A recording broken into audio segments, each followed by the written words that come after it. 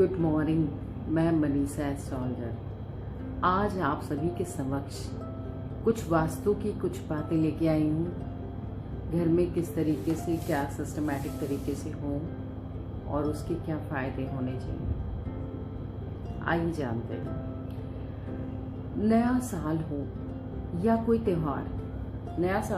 त्योहार, अधिकांश बधाई संदेशों में आपके चाहने वाले आपके जीवन में सुख, शांति एवं समृद्धि की कामनाएं भेजते हैं। समृद्धि तो आपकी मेहनत पर निर्भर करती है, लेकिन सुख और शांति के लिए आप क्या कर सकते हैं?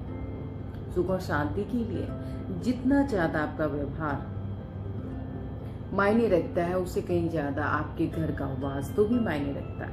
मकान को घर बनाने के लिए जरूरी है परिवार में सुख, समृद्धि, और ऐसा होने पर ही आपको सुकून मिलता है।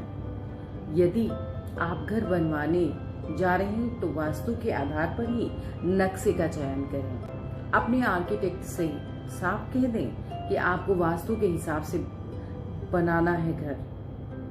यदि आप ऐसा मकान या फ्लैट खरीदने जा रहे हैं या पूर्व में मकान बनाते समय वास्तु अनुरूप बनाने से चूक गए हों तो वास्तु संबंधित निम्न बातों का ध्यान रखें।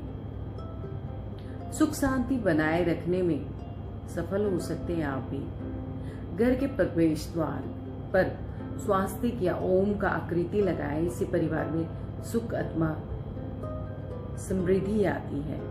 घर की पूर्वोत्तर दिशा में पानी का कलश रखें। इससे घर में समृद्धि आती है।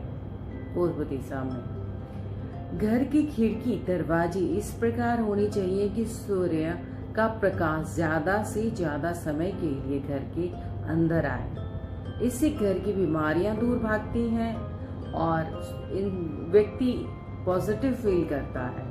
परिवार में लड़ाई झगड़ों से बचने के लिए ड्राइंग रूम यानी बैठक में फूलों को गुलदस्ता लगाएं।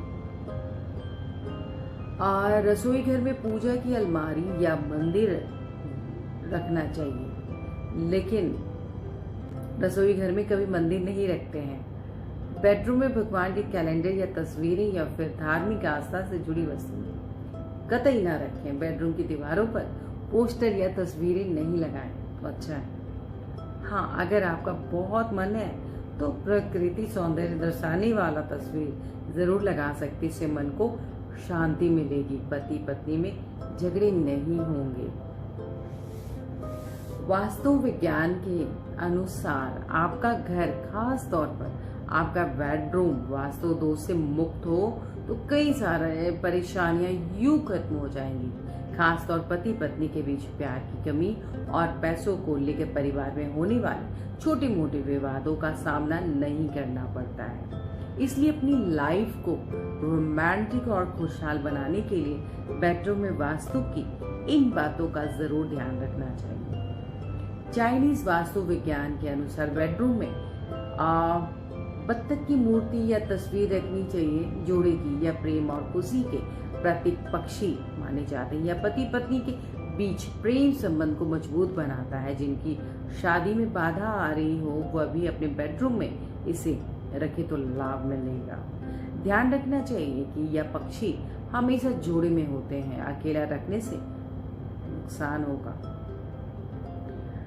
बेड के नीचे या जिस बेड पर आप सोते हैं उसके बक्से में कोई भी इलेक्ट्रॉनिक चीजें या कबाड़ नहीं रखनी चाहिए। यह न सिर्फ आपके संबंधों को खराब करता है बल्कि आर्थिक समस्याओं को भी बढ़ावा देता है। इससे पति पत्नी के बीच धन संबंधी विषयों को लेकर मन में मुटाव पैदा कर देता है। वास्तु विज्ञान अनुसार देखा जाए विवाहित लोगों को बेडरूम में बेड पर एक ही गद्दे और बेड का इस्तेमाल करना चाहिए। बेड सेट और गद्दा अलग अलग होना भी संबंधों में दूरियां बढ़ाने वाला मामला हो जाता है।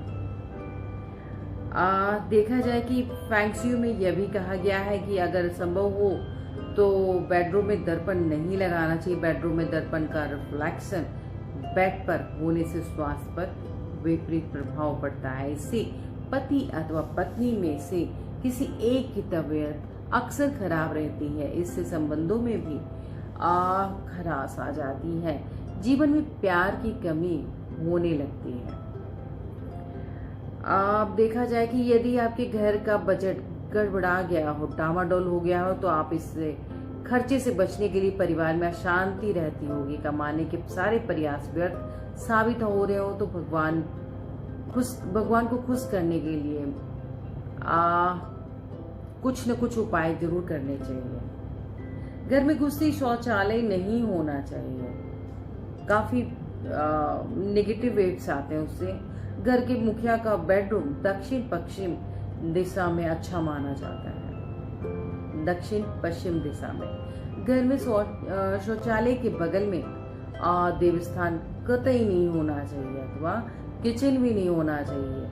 यहाँ आप बटुआ रखते हो, उस स्थान को भी लाल व पीले कलर से रंग दें। कुछ ही दिनों में फर्क महसूस होगा आपको।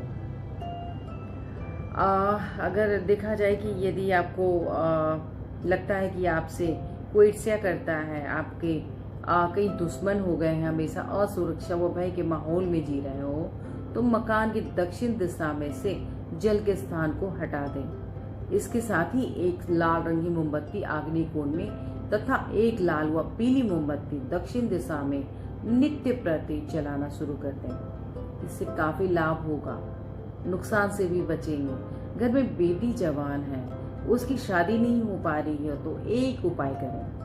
कन्या के पलंग पर पीले रंग की चादर बिछाएं, उस पर कन्या को सोने के लिए कहें। इसके साथ ही बेडरूम की दीवारों पर हल्का रंग करें। ध्यान रहे कि कन्या का शयन कक्ष वायव्य कोण में स्थित होना चाहिए। कभी कभी ऐसा भी होता है कि व्यक्ति सर्वगुण संपन्न होते हुए भी बेरोजगार रह जाता है। वो नौकरी के लिए जितना अधिक प्रयास करता है, उसकी कोशिश विफल हो जाती है। इसके लिए व्यक्ति भाग्य को जिम्मेदार ठहराता है, लेकिन अपने भाग्य को कोसने के बजाय एक उपाय करें। छोटी सी नौकरी के लिए इंटरव्यू देने जाएं तो जेब में लाल रुमाल या कोई लाल कपड़ा रखें। संभव हो तो शर्ट भी लाल पहन सकते हैं, लाल रंग का प्रयोग कर सकते हैं, लेकिन यह याद रखें कि लाल रंग भड़कीला ना हो, सौम्य लगे। ऐसा ना हो कि उसे पहन के निकले लोग आपको बोलें। रात में सोते समय शयन कक्ष में पीले रंग का प्रयोग करें। यदि रखे लाल, पीला व सुनहरा रंग आपके भाग्य में वृद्धि लाता है, ये सारे कलर, अतः हमेशा इन रंगों का व्यवहार ज्यादा से ज्यादा करें, सफलता मिलेगी। जीवन में कुछ पीले रंग को सफलता का सूचक भी कहा जाता है। पीला रंग भाग्य में वृद्धि लाता है। कन्या की शादी में पीले रंग का ज्यादा से ज्यादा प्रयोग किया जाता है, क्योंकि ऐसा माना जाता है कि कन्या ससुराल में सुखी रहेगी। तो इस तरह की चीजें करें, और वास्तु उपाय में जैसा कि हमने आपको बताया ही है, ये सारी चीजें करें, उसके अनुसार काफी अच्छे रिजल्ट्स आएंगे आपकी लाइफ में। फैमिली में जो भी हैं, डिस्टेंस रिलेशन में है या क्लोज हैं, जो भी हैं, या आपके आस पड़ोस में हो, किसी को भी किसी भी तरह की समस्या है, तो आप ये बातें उनसे शेयर कर सकते हैं ताकि उनको भी कुछ बातों का लाभ हो। तो बस मैं यहाँ विराम देना चाहूँगी। आप सभी को मनीषा एस्ट्रोलॉजर का नमस्कार। आप सभी को मेरा धन्यवाद। मेरे चैनल को लाइक करना अथवा सब्सक्राइब करना ना भूलें। मैं मनीषा।